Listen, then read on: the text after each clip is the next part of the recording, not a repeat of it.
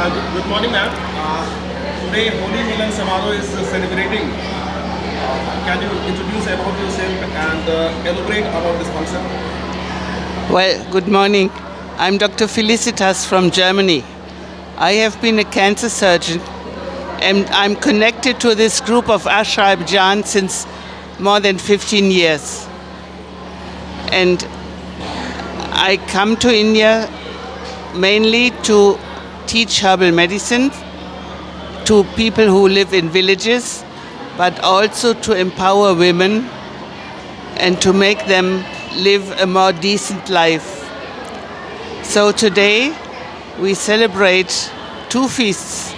We celebrate International Women's Day and we celebrate Holi, which is a very important feast, a feast of joy, a feast of friendship. So, and I think especially women need to learn that they have to come together, that if they want to achieve something in life, for them it is very important that not only one person is alone, but a group of people go for the same things. So I'm very happy that we can celebrate today this Holi and International Women's Day, a feast of friendship and of strength. Because especially in my opinion in India, women must get more strength so that they have a better chance in their life. Ma'am, in whole world, not only in India, the whole world, women's situation is very critical. In some country, it's worst.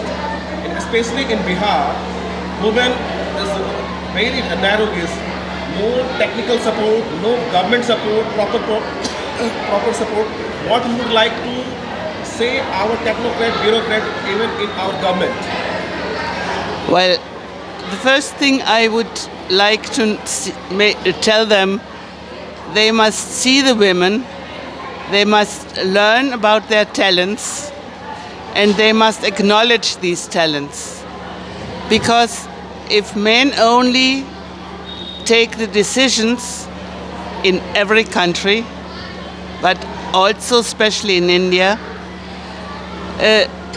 it's not the whole wealth of humanity that is able to be performed.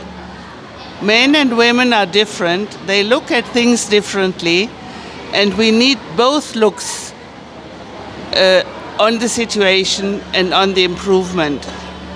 And I think it's very important not to support women when they try to find their own way, when they try to discover their own strength, because women are strong. I have met so many strong women, especially here in Patna, with this group of Ashra Abjan. And I think it's very important that they are helped to find the role, that they learn and they are also accepted that they can change something. And for this change they also need financial but also moral support.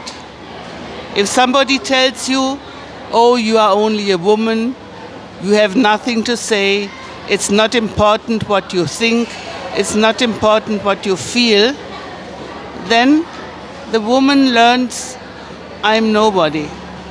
But a woman is somebody. A woman is a dignified person, a woman has talents, and a woman can do something for the society.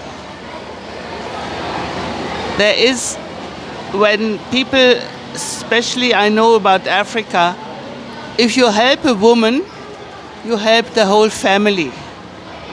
But if you help a man, he is not looking only at his family, he's only looking at himself.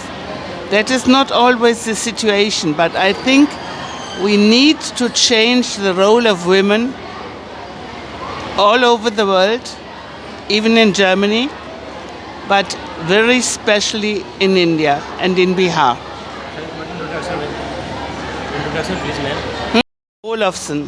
I was a cancer surgeon in Germany and I stopped my work when I was 59. And since then, I come to India. I have friends all over, from Tamil Nadu and Kerala up to the northeast. And I'm very happy to be with these friends, and also I'm happy to help them to find their role. मैं Dorothy Fernandes, आश्रय अभियान की निर्देशिका सह सचिव।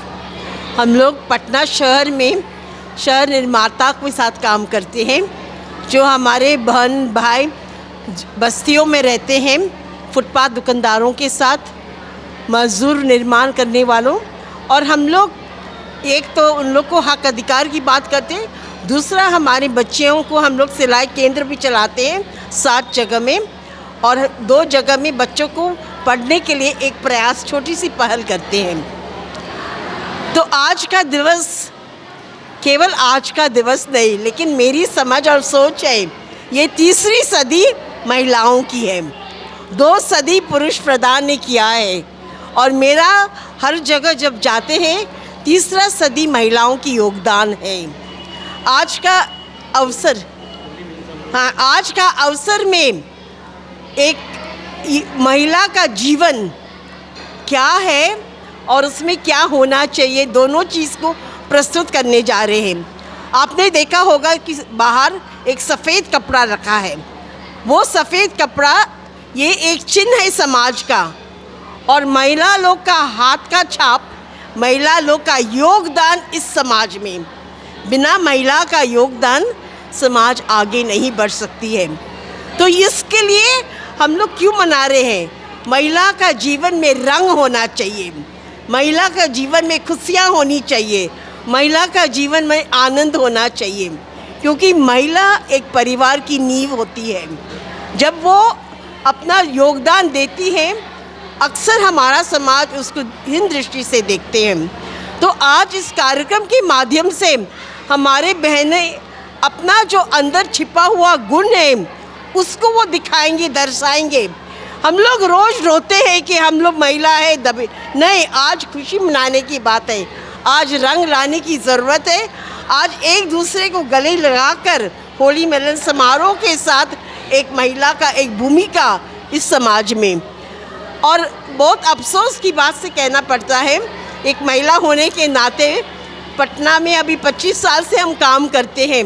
बदलते समय में हमने देखा कि महिला आगे बढ़ रही हैं, लेकिन उनको प्रोत्साहित न समाज करता न परिवार करता।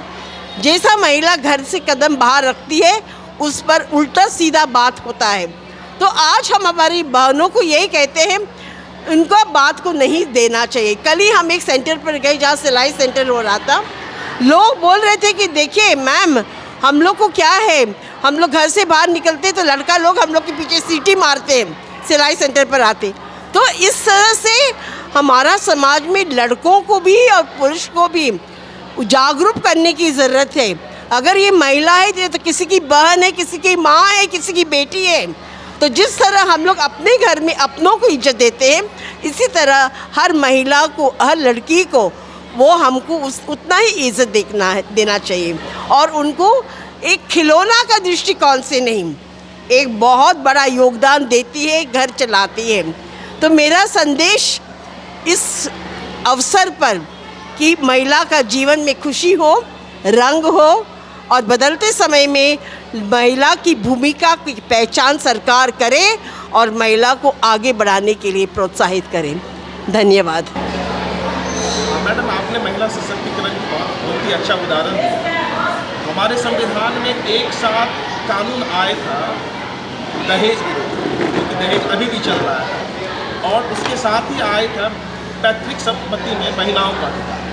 महिलाओं के अधिकार पैतृक संपत्ति में ना तो हमारा मीडिया जगत उठाता है, ना ही हमारा परिवार उठाता है, ना ही समाज, ना ही सरकार। दहेज विरोधी कानून की बहुत सारे उदाहरण हैं और इसके बहुत सारे सही गलत विक्टिम समाज में पड़े हैं। लेकिन जहाँ पर हम भाई और पिता, इन दोनों का कर्तव्य बनता है कि बच्चियों को पैतृक संपत्ति में अधिकार दें, वहाँ पर हम लोग चूक रहे हैं। ये बिल्कुल सही कहा आपने। हम लोग कहते कि दहेज लेना और दहेज देना दोनों पाप है। लेकिन आपने जो सवाल उठाया है, जो पैतृक संपत्ति है, जिस दिन ये कानून लागू होगा दहेज का सवाल उठता नहीं, क्योंकि लोगों की सोच में है हमने तो दहेज दिया तो पैतृक संपत्ति में आपका हिस्सेदारी क्यों। सही बात है, जब परिवार में बेटा हो बेटी, अगर बेटा को पैतृक संपत्ति मिला तो बेटी को क्यों नहीं। तो हम समाज को और सरकार को कहना चाहते हैं कि आप दहेज प्रथा को छोड़ दो, आप पैतृक संपत्ति पर हिस्सा देने के लिए कानून नियम लागू करो और इसका संरक्षण करो। नियम तो बना है, कानून तो बना है, लेकिन जो नहीं देता है उस पर सरकार कौन सा कदम उठाते हैं, क्यों नहीं देंगे। संपत्ति जब बाप का है तो हमको भी हकदार है। हम तो खुश नसीब है, हम गोवा के रहने वाले हैं, हमारे यहाँ शुरुआत से है पैतृक संपत्ति में बेटा बेटी दोनों को हिस्सा मिलता है। और ये भेदभाव इसलिए बिहार में और अन्य जगह में होता है क्योंकि लड़की को हीन दृष्टि से देखा जाता। जब लड़की को एक दृष्टिकोण से देखा जाएगा तो उसको भी पैतृक संपत्ति में हकदार होनी चाहिए। तो जब तक हम लोग पैतृक संपत्ति पर ध्यान नहीं देंगे और सरकार ही संपत्ति को ये कानून को लागू नहीं करेंगे, तब तक दहेज प्रथा चलता रहेगा। दहेज प्रथा को समाप्त करने का एक ही तरीका है, पैतृक संपत्ति में लड़की को भी अधिकार मिलना चाहिए।